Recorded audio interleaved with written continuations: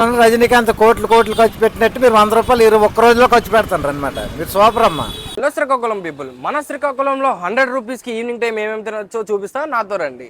Chowk Bazar road లో ఉన్న మచ్చా వచ్చేరా పునుకుల centre కి అయితే వచ్చేసాం. ఇక్కడ పునుకులు అయితే బాగా ఫేమస్ అనమాట.